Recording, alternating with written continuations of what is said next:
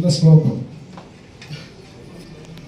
శ్రీరాఘవం దశరథాత్మజమప్రమేయం సీతాపతిం రఘుకులాన్మయరత్నదీపం ఆజానుభావం అరవిందదలాయ చాక్షం రామం నిచాచల వినాశకరం నమామి.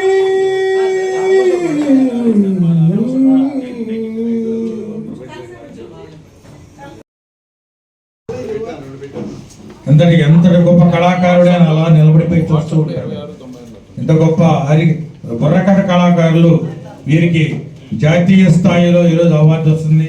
వీరు ప్రభుత్వ అవార్డులు కూడా జాతీయ స్థాయిలో తీసుకోవాలని మా యొక్క అభిలాష.